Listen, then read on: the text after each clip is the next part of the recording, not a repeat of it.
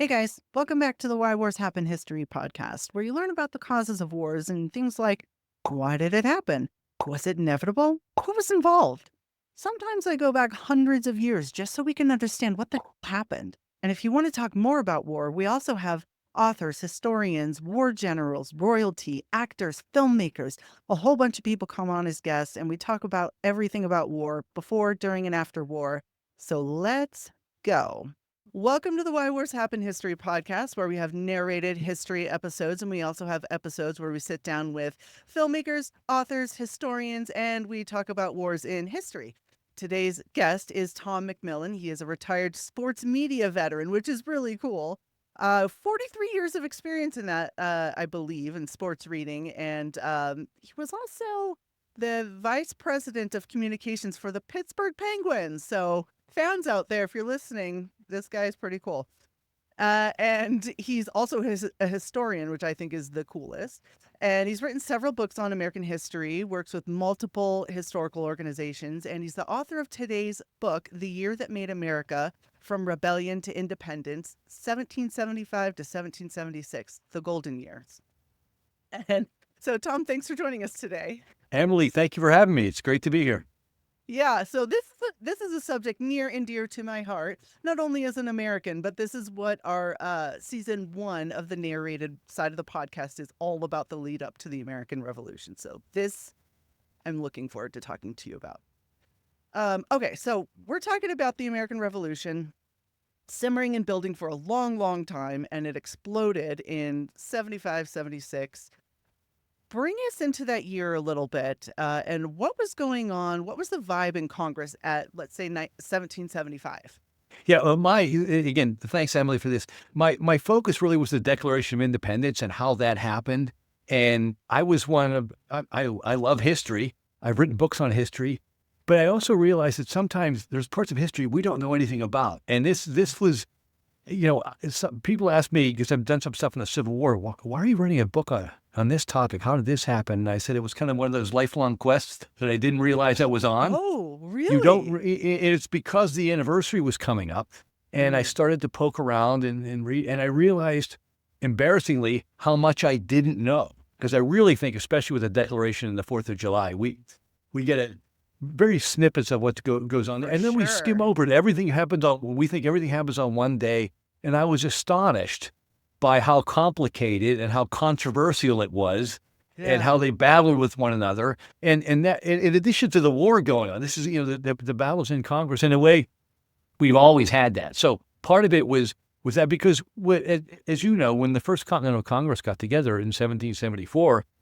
the idea was not to declare independence. Right. They wanted to restore our rights under the British Empire. We were British subjects. And John Adams and Thomas Jefferson and George Washington were born as British subjects. Yeah. And there might have been a little bit in Massachusetts with those radicals up there, but in 1774 it was pretty much, I think they thought that the word wasn't getting through to the king, that Parliament was keeping it from him. And I thought, if we can address the king and write a petition, he will see this and he will redress our grievances and everything will be fine.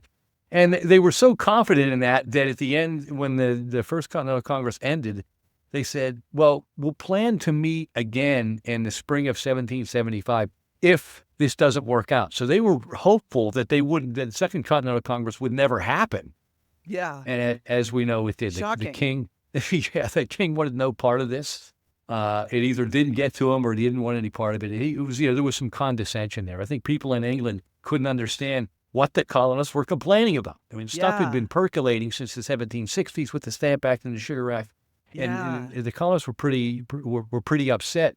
And I think it's so hard for us to grasp again today. It took so long for word to get across the ocean that things simmered. It took 3 months to get across, and by the time you got an answer, it was a half a year. So these things really simmered, and maybe in some cases got blown out of proportion, and it was a bucking bronco, and they couldn't stop it. So 1775, you're starting to see in the spring and summer some upset Continental Congressmen, and yet there were enough moderates, probably led by John Dickinson of Pennsylvania, who were saying, "Hold on here, we need this isn't the time to start fighting." Even after shots were fired at Lexington and Concord, they thought that that they could write a petition to the king, the olive branch petition, and again, that he would redress their grievances and things would be fine. And John Adams thought it was the silliest thing ever, but it went through, and Dickinson and Thomas Jefferson wrote part of it.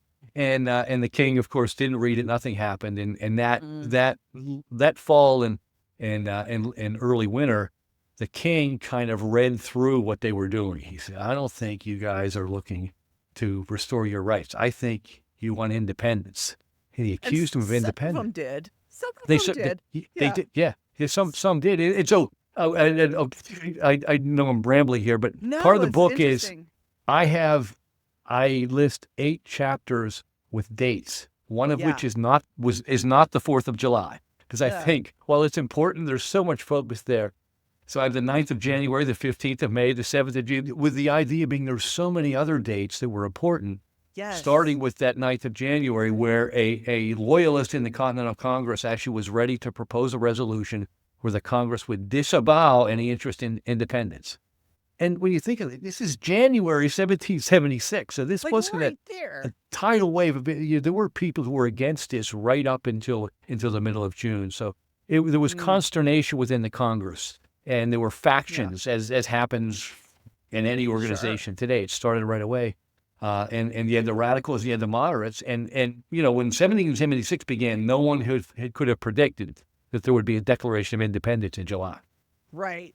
Okay, so that's a pretty cool explanation. And just to add to that, this was at the time, while all of this was going on, all of these letters and petitions to Parliament, to the king, were literally saying, "We are your humble subjects and we wish to remain your humble subjects." They weren't saying like, "Do this or else." They were like, "Please do this and we love you and you're the best thing that ever happened to the colonies and we love you." And they were really trying to stay in the British Empire, and the king just left them no choice. Yes. Yeah. And so, there's this idea, I think that where you were talking about up in Massachusetts, there's riots occasionally happening and things like that. And that gets a lot of attention to the point where people might think that all of these revolutionaries were radical or violent or extreme, but they were not. Some, but most. Some had to be some had to be brought along, and I think again with the way communication was back then, remembering that these things that are happening up in Massachusetts, the Boston Massacre, the Boston Tea Party, whatever. If you're living in Virginia or Georgia, you're not getting all the details. It's not reported in the paper every day. Even all they had were newspapers, but you're not getting that word. Yeah. So a lot of this, I think, by the time the Continental Congressmen got together, even in 1774. Some of them were surprised to hear this. They were unaware of it because back then, even those men who were generally wealthy and well-off, not many people traveled more than 50 miles from their home. Yeah. People in Georgia didn't go to Massachusetts. Yeah. So and different problems, different economies, different needs. And that was part of what was going on in Congress as well, was you had one side going, we should do this embargo, this total boycott. And then, you have the more southern colonies going, but cotton and we can't, and rice and we can't. And it was like these debates and these arguments over even whether or not to boycott British goods was not a given. Okay, so really, really interesting stuff. I want to bring up, we're talking about debates and all these different factions. So one of the main things that's going on in your book is the kind of mishmash between Jefferson and Adams. Can you tell us a little bit about that? As between Adams and Dickinson, you mean, or Jefferson and Adams? Did Jefferson and Adams did they have some disagreements on how to say things, how to present things, and they weren't totally in lockstep all the time. Somewhat, but that blew up after the Declaration. When they get into politics, they kind of led the partisan politics. Partisan politics breaks out, and the two pillars of independence, John Adams and Thomas Jefferson, basically become mortal enemies. Yeah, that's what I'm thinking of. Yeah, and they really, because it was over ways the country should be run. Problems the same back then as we have today. And Adams was a Federalist. He believed in a strong central authority, which was a new concept back then. Yeah. And Jefferson was an anti-Federalist, believing the power should be in the states. As there was a lot of feeling about that right up until the Civil War, because this whole idea of a national conglomeration Mm-hmm. it was so new. Your country was your colony. Your country, that was home. That's the way they viewed things. And so they, as you said, Virginia and Massachusetts folks, even they might have the same ideas of independence, but they were going to approach it in different ways. So Adams and Jefferson definitely have very definite ideas about how the country should be governed, and they disagreed. And they end up as the odds. We had such a weak political system to start, where the leading vote getter in the presidential election became president, and the number 2 vote getter became vice president, even if you were from a different party. So Adams becomes president in 1796, and Jefferson becomes his vice president. It would be like in 2016, Donald Trump became president and Hillary Clinton was his vice president. Wow, that's awful what a dysfunctional way to run things. Totally. And we eventually got out of that because of this, because Jefferson was not going to support Adams. They had a very distant relationship as president and vice president. Then they run against each other in 1800. Yeah. Jefferson defeats Adams.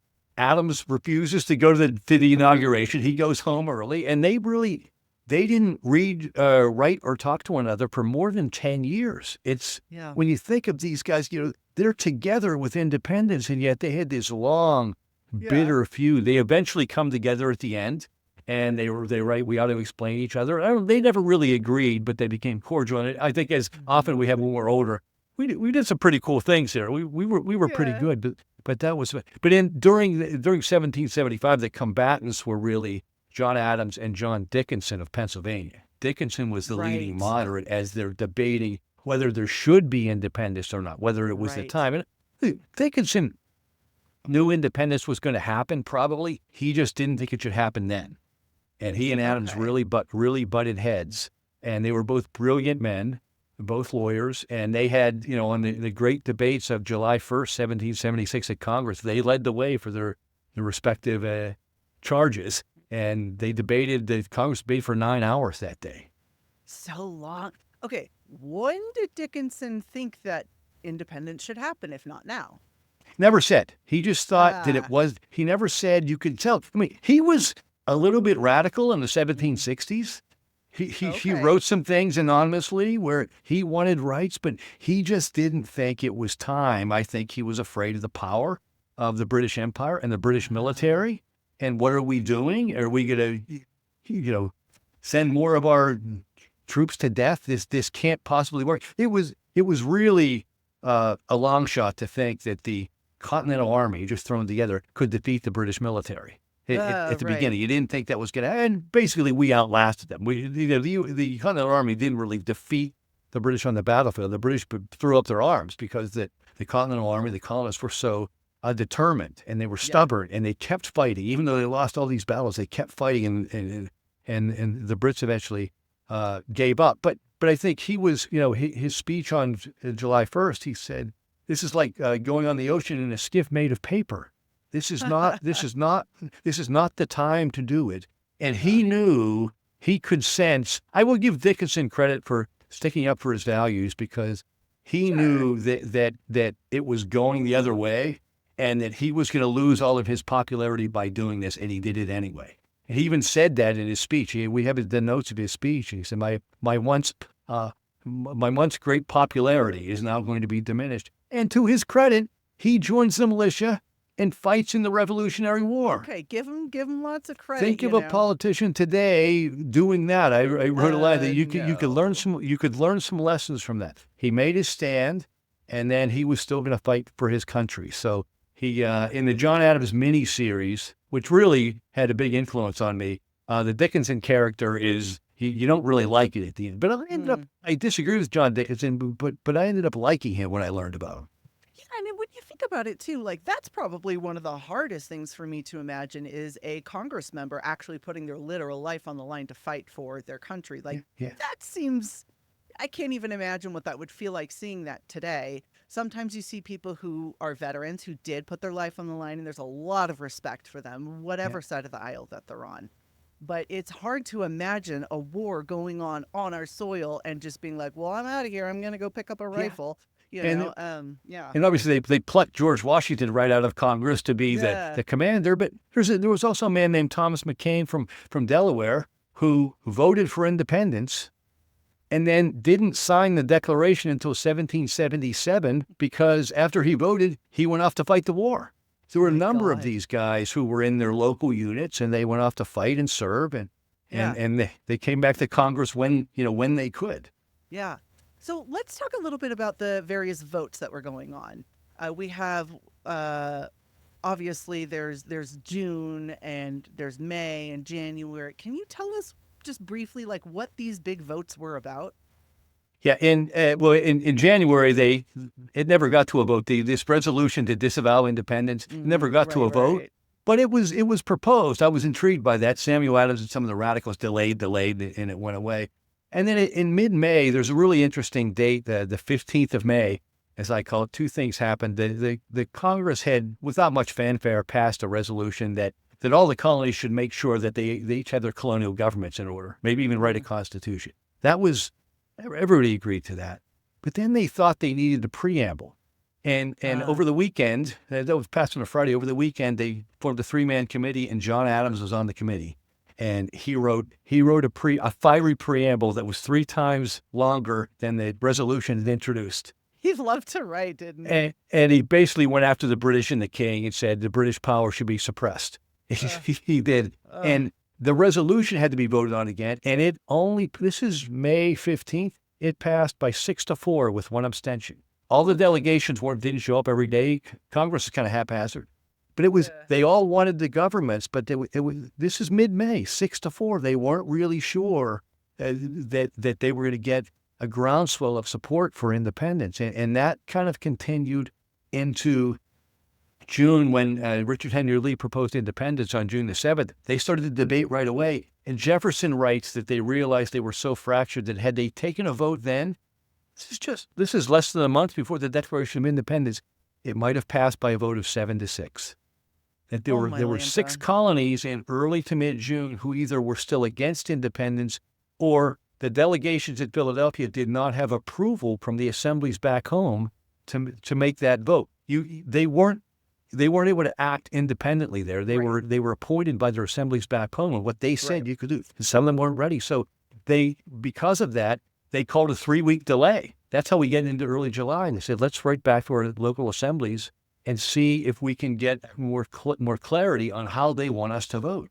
But it was, so Jefferson's saying it would have been 7-6, which obviously would, that much dissent, you wouldn't have moved forward with that. Yeah. So those are parts of things, Emily, that struck me. Is you're within a month of passing it, and it was still that split. I confess, I didn't know that. I didn't realize that heads were still butting that much, and it was because we don't get caught up in the 4th of July and the fireworks and self-evident truths and all men are created equal, and we ran forward and won the Revolutionary War. There are certainly people who think we won the Revolutionary War on July 4th, 1776. That's interesting. Yeah, I have to admit too, when I started the podcast, the narrative side, where I actually start in the late 1500s in England, just to really bring everybody into why Britain was so desperate to colonize and why they just held on to America so tightly. And right from the very start, the very first foot we set in Jamestown, we were promised essentially no taxation without representation, that we had those same rights as all British subjects, and how it just grew from there. So I go back, like way back, to really bring us forward. And there are so many things that I learned reading these primary sources and just going years on the deep end and this stuff. Like I think that the average person, including the history fanatic, doesn't know a lot of this stuff. And that's why I think things like your book, it goes, so we're going over these like broad strokes here, but your book goes into a lot of detail on what happened. And I think that anybody who's interested in this area could really learn a lot from your book, reading these things and reading everything that happened. It's shocking. I found it the same way, and I think that's the case. And I think a lot of us, and when I was embarrassed at how little I know.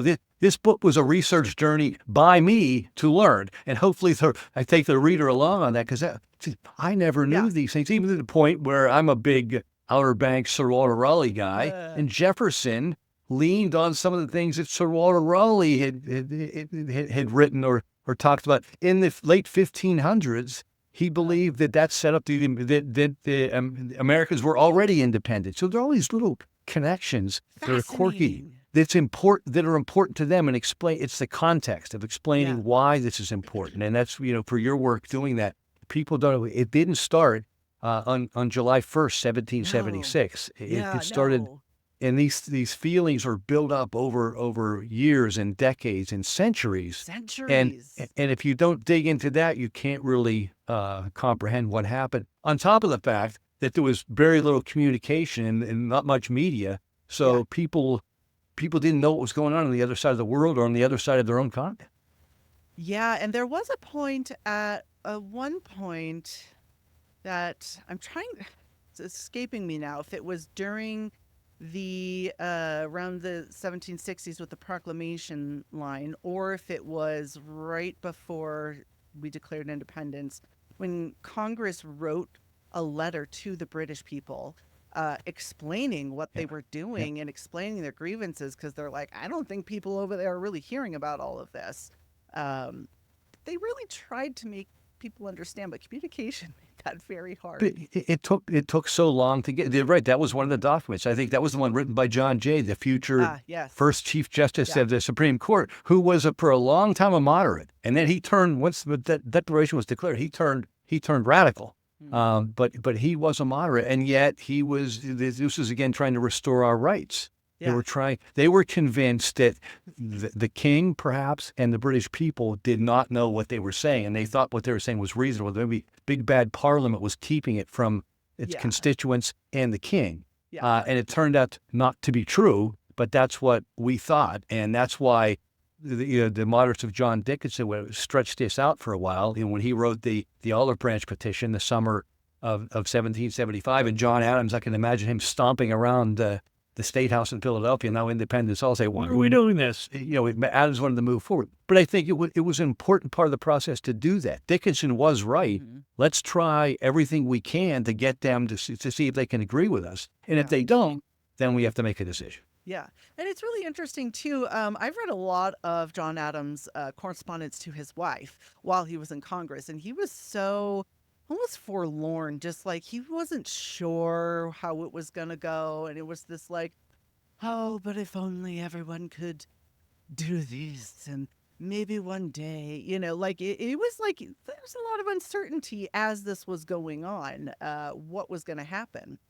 Absolutely. And He yeah. would write his letters to his wife are so valuable because he really Yeah. spilled out his guts and hers back to him. And Yeah. obviously, she really ended up being his chief advisor. And you would see that. And what it meant for fans of this or historians who may not know this, the National Archives has an incredible site called Founders Online, Mm, where they have digitized tens of thousands of letters and documents from the founding fathers. amazing. And you can go, and they're annotated. You can go on and see letters to John Adams, letters from John Adams. If you have the date, you can go on. People said, "Where'd you go to do your research?" I said, Yeah. "I did it in my office at home." Because most people don't. I've talked to a bunch of history friends. No one, they did not have an idea that this was there. Nor would I. I was poking around one day and I Yeah. found it. So all these letters are there. If you're interested in one of those guys, you can find Yeah. Benjamin Franklin's letters go back to the 1740s. Yeah. Yeah. I poked mostly around on Congress. Our Congress library has it's not as user friendly as something like what you're describing. Yeah. Probably is more user friendly.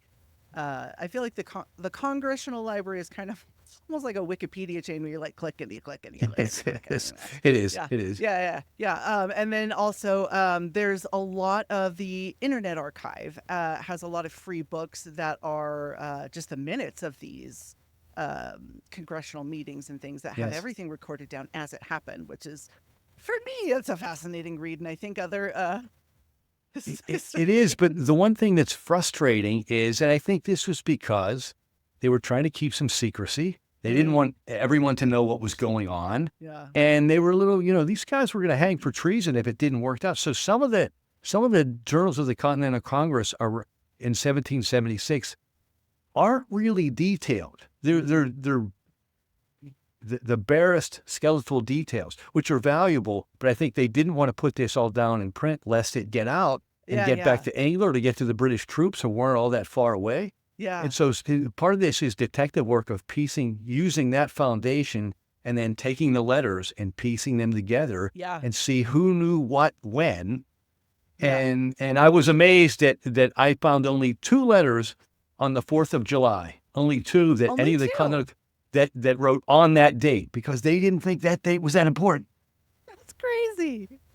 It's crazy. Really gives you an appreciation for historians that go into like 13th century, 14th century stuff. And you're like, how do you even find these freaking sources? And I don't know how you did this 20 years ago. The Gordon Woods and those historians and McCullough who found this stuff without the ability to do it online and just hit, if you find the source, you click it. Superpower.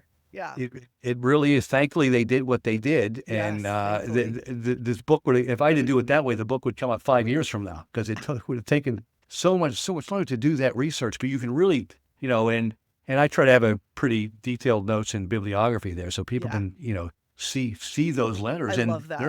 They're fascinating, and the annotated letters, because some of you can read the letter, you're saying, what does this mean? It's language you don't understand. Where did this come from? But because they annotate it.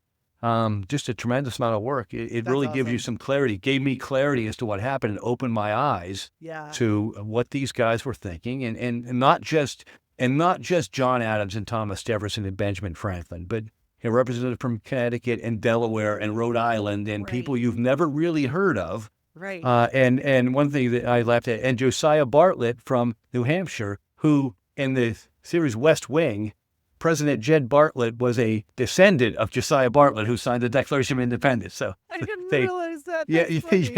I was rewatching West Wing, and I didn't realize it the first time I saw it. I said, that's a pretty good connection, because once you've been in the weeds of all this research, you're like, you recognize the name. Yeah, see, you're laughing and you're wondering if anybody else. Because the other thing, that you find, one thing I found, when Richard Henry Lee proposed independence, he used an interesting phrase. He said, these United Colonies are and of right ought to be free and independent states. And that phrase, are and of right ought to be, is odd, but I learned that he did not pull that out of thin air. That was a phrase that Parliament used in the 1760s to admonish the colonists during the Declaratory Act. Richard Henry Lee, devious as he was, it ticked him off, and he remembered it. And more than 10 years later, he uses that phrase. He never wrote that. That's why he used the phrase, but it had to be why he used the phrase, right?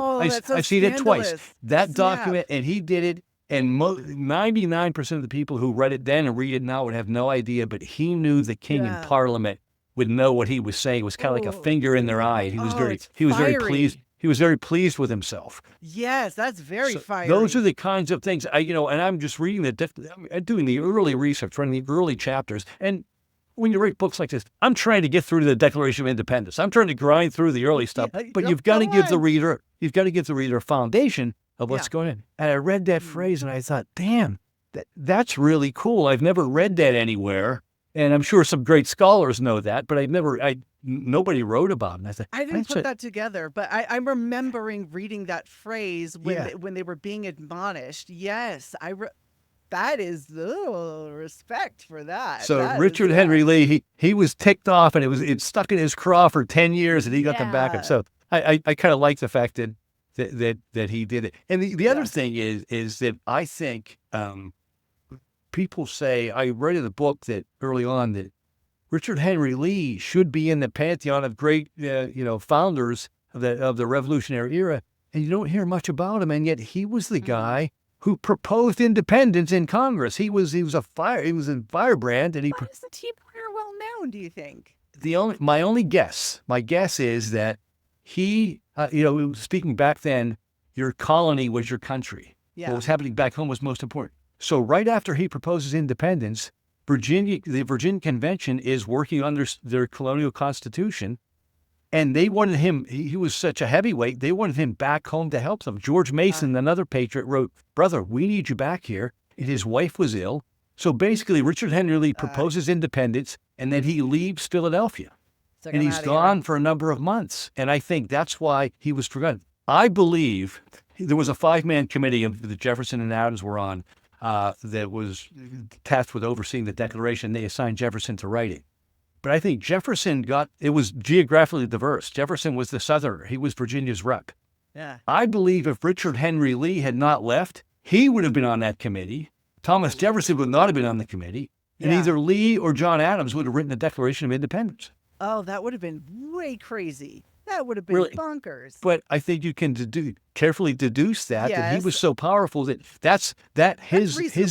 his departure left an opening. You needed a Southerner, you needed a Virginian on that committee. Yeah. And Jefferson had just come back to Congress. He was a young guy. He was 33. He was a brilliant writer. Yes. So he was added to the committee. And Adams had the other thing that's funny, John Adams was years later so ticked off that he didn't write the Declaration of Independence because he thought the vote was going to be the most important thing. Right. He thought leaving the debate and the vote. And he was on 20 or 25 committees. He didn't have time to write this propaganda document. So basically, Jefferson, you go ahead and write this. And then later, Jefferson becomes the hero of independence. And when Adams did so much on the floor, and he kind of harumphed about that to his dying day that he thought he should have. I love John Adams. He's my favorite founder, but he was vain. He was vain and he was jealous. So it's kind of funny reading. I think that's how it would have went down if he had stayed in Philadelphia. I think that's a pretty solid idea that Jefferson wouldn't have been it. And how history would have changed. Jefferson might not have become president then. I mean, history turns, Emily, on these little quirks that aren't attached to anything, but something happens. They want him back home. His wife is ill. He goes home, and all this happens, and somebody else, becomes the hero. We're living in this other multiverse version of what happened versus if he had stayed kind of thing. Yes. That's interesting. Yes. Did Jefferson and Adams both die on July 4th in the same day, the same year? It's the most ridiculous quirk of fate in American history. Yeah. These two guys have now they've buried the hatchet, they become friends. They die on the same day, July 4th, 1826, the 50th anniversary of the Declaration. How could that possibly happen? Each other. Yeah, exactly. That's crazy. And it wouldn't have known it at the time, but people thought it was divine intervention. Sure, that kind of ensconced the Declaration. The one thing that got to me, Emily, and you'll appreciate this, but by early 1777, the Declaration of Independence in the short term was forgotten. It was brushed aside because it had done its duty. It declared independence. We still have a war to fight. Yeah, what are you going to do with the paper? Yeah. Because if we had lost the war, they ripped that up and nobody cares about the Declaration of Independence. It would have been the Brits would have been laughing at us. So it's only in later years, in part because of the battle between Adams and Jefferson, and then certainly because of them dying on the same day, that it becomes iconic. And then Lincoln adds to that with the Gettysburg Address. So their phase is why it's so much more important now than it was even back then. It's hard not to think of it as some sort of divine intervention. That's a powerful symbol. Both of them dying on July 4th, the 50th anniversary. It's powerful. Not on July 2nd and not on the 47th anniversry. On July 4th and the 50th anniversary. Yep. How did that possibly happen? Yeah. And yet, so it adds to the magic and mystery of this whole process.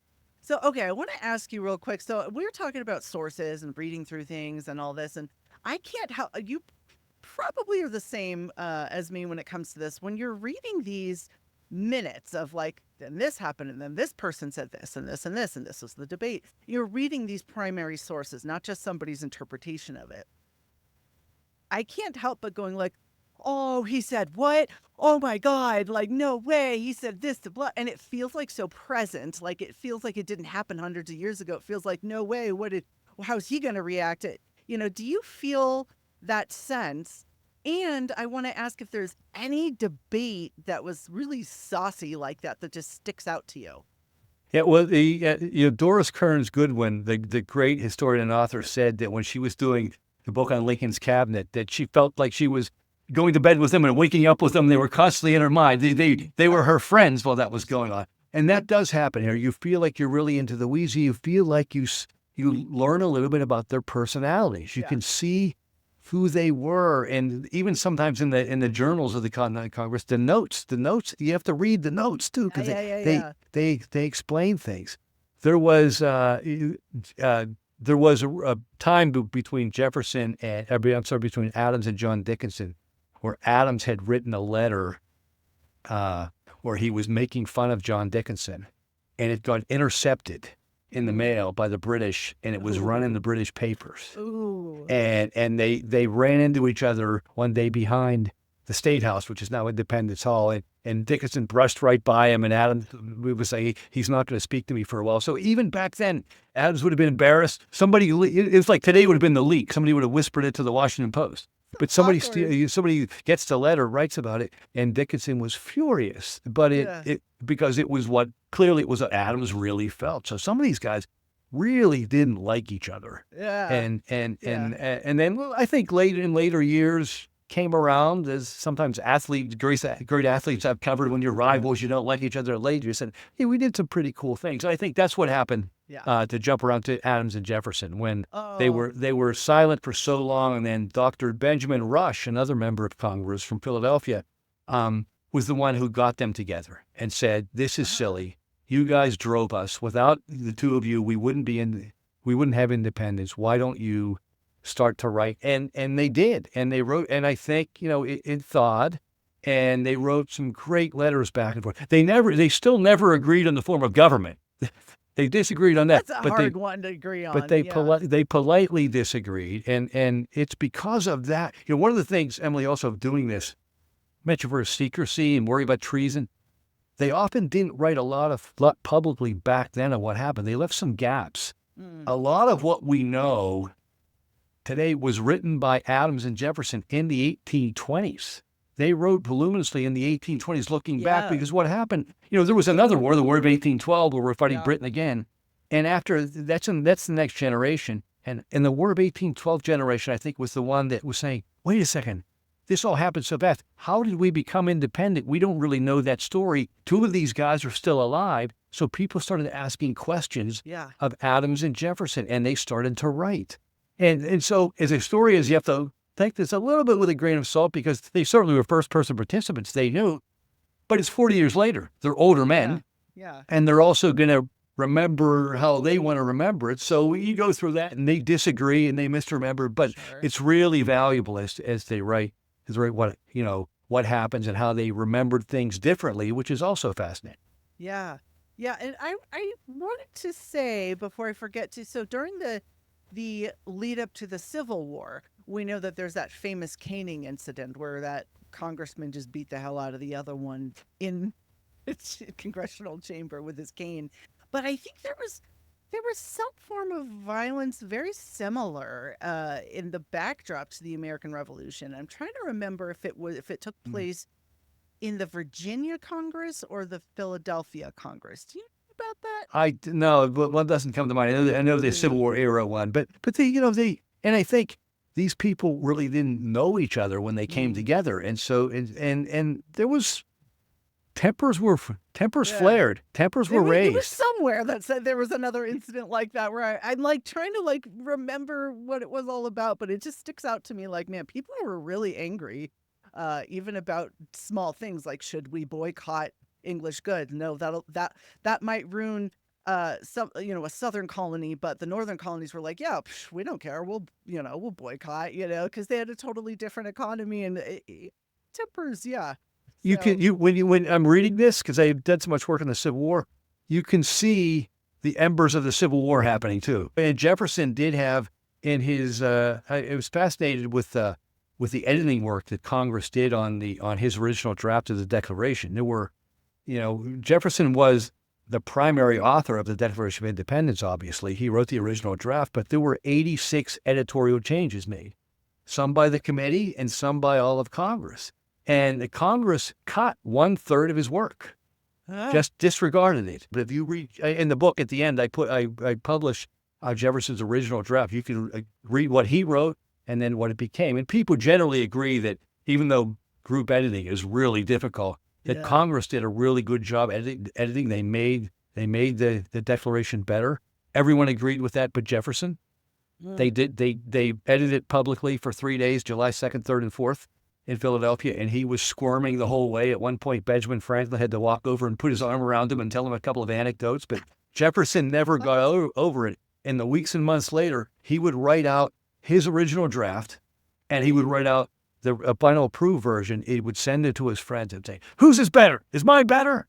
And almost to a man, they would say, "Oh, Thomas, yours better. Yours is better. They mangled your words. Of course, Thomas, yours is better." But sometimes, and frankly, as a writer, you hate to be edited. Years later, boy, they really made my book better, and they really did a good job. But you're so proud of your work, and you agonize over those words that in the moment. And for poor Jefferson, he's being edited while he's in the room. That would be, it's like they're taking away his baby. They're taking away his words, and he thought those words were carefully chosen. But you have 50 men in Congress who are all A+ personalities. Yeah. They all want their input. And again, generally, historians and scholars think that Congress did a pretty good job, that they did improve the writing. And Jefferson may have come around to that, but he wasn't there at the beginning. I would love to see like a Family Guy skit about that or something That is really funny to think about, but also I would understand his frustration. Well, in one of my great quirks, there's only a line in the book, but you talk about the little things that make you proud and the excited. There is a passage of the Declaration on the wall of the Jefferson Memorial in Washington, D.C. that was not written by Thomas Jefferson. It's one of the edited lines that was put in by Congress, and people, of course, don't know that because generally most people think Thomas Jefferson wrote the whole thing, right? That's what we're always taught. He's the author. Well, so they're putting together the memorial in the 1940s, and they have a committee, and they have to whittle down which phrases are going to be on. But the president was FDR, and he was a big Jefferson fan, as many presidents are, and he wanted his own crack at it, and he knew that in the 1776 era. The most important paragraph to them was the last one. That's where they declared independence. We think of that second paragraph of self-evident truths and all men are created equal. They breezed over that back then. They declared it in the final paragraph, and Congress rewrote some of that to get specific phrases in there to make it clear. And FDR knew it was important. He just didn't know Congress had done the editing. So he picked one of those phrases that Jefferson, it doesn't really matter. It just shows you that sometimes. So cool. Yeah. Then history plays history could play a joke on us a little bit because everybody believes that story that Jefferson wrote the whole thing. And naturally, it was going to be edited, and it was edited for improvement. They deserve recognition, too. Not just Thomas Jefferson. Everybody who had a hand in it deserves a sentence on a wall or some recognition, And the frustrating thing is, of the 86 changes, Jefferson identified 7 of them, gave credit to Adams and Franklin for 7 of them. The others, we don't know who made them. We don't know. The Congress was silent on that. Again, they were trying to move on, and the war was going on, and the British were threatening on Long Island. And I think the thing that struck me was sometimes we think they're doing this, in isolation in Philadelphia, like they would be in Washington, D.C. The war was very close. At any point, the British Army and Navy might show up there. They didn't know that. So the nerves of steel they had to have to do all this while the war was going on. Yeah, like it was so important that they weren't like, oh, we're going to table this. They're like, this is why we're even fighting. This is what we're doing. So that's okay. So before you go, I know you're just coming out with this. So this is going to be available April 15th in about a week. April 15th in about a week from now. This is going to air April 15th, too. And so then you could buy this book, The Year That Made America. You find it on Amazon, anywhere that you find books and all that. So I know this is kind of like a silly question because you're just coming out with this book, but do you have any plans for a future book after this? Absolutely. Yeah? I'm now addicted to this. It's my hobby in retirement. Little nuggets of what you're going to do. Yeah. My first book was on Flight 93. Okay. Because Shanksville, Pennsylvania is close to. I grew up in Pittsburgh and lived in Pittsburgh, and it was close. And I wrote that got my book writing career started, and I really, it was an emotional experience and very enjoyable. I am working on a book now for next year on the 25th anniversary because, and not a lot of people realize this, those families still haven't gotten justice. Oh. The five Al Qaeda guys. Who we know we're pretty sure we're involved in the planning, who've been in Guantanamo for 25 years, still haven't gone to trial. Now they're held. They can't. but they still haven't gone to trial. And the families still have a lawsuit against the Kingdom of Saudi Arabia pending because they think the Saudi government actually had a hand in helping some of the hijackers. Now, that's never been proven. It's saucy, you know, it's controversial, but the families are taking this to court. So these two things are hanging over their heads. And I was talking to some of the family members, and one I said, I don't think people know this, because a lot of people think Obama closed Guantanamo in 2009, which he said he would. People don't realize they're still down there. And there's really only one reporter from the New York Times who does the report. So if you don't read the New York Times or don't follow it, you don't know this. But I just think, I feel for the families, and some of them are just so frustrated now, and people have died without ever getting any justice. It's horrible. And now there's a debate of what justice will be. But I just wanted to really, and I think now also part of it was retelling the 9/11 story, because a third of the country wasn't even born. Oh, yeah, right. So there's like all these different layers and layers to this. Yes. It's very messy, it sounds like. So it's going back and kind of retelling the story and how these guys were captured and why they have been held at Guantanamo since 2006. And they've been there since 2006. It's 2024, 25 now, and they still haven't gone on trial. And there's no indication that it will be before the 25th anniversary. Are you going to dig into a little bit about the debates on what justice even looks like? And now people, these families have to deal with that even being a debate. It's not this clear-cut thing like it was at the time. Yes. And that sounds horrible and messy. Absolutely. Yeah, it's intense research, but I think it's a story that needs to be told. And I think, again, there's been some stuff in the New York Times, but nobody's really written about it.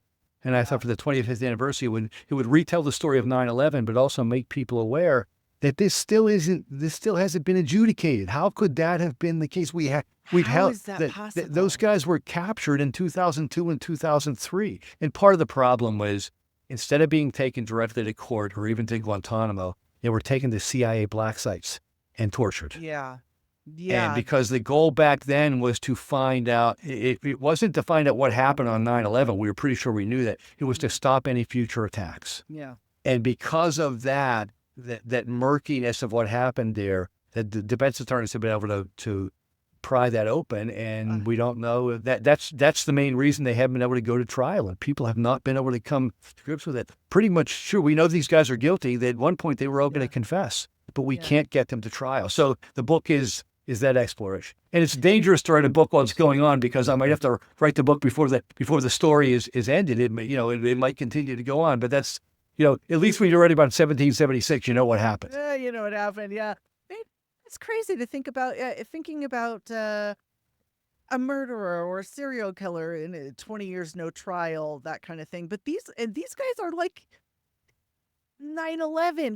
That's way bigger than just one murder being committed. And I'm convinced. 20 years. I talked to friends of mine who are very learned and pay attention to media, and they say to me, "What? It's still going on down there?" And I thought that emboldened me that I have to write I have to write this. Somebody has to know this story is there. So I'm going from 1776 to modern day. Let me know when you're done writing that book. I want to read that. That'll be interesting. We'll do that. Yeah. Okay. So again, thank you so much for coming on the show and answering all these questions. And I'm really excited to read that new book. And I think people interested in American history should read this current book that's going to be coming out April 15th.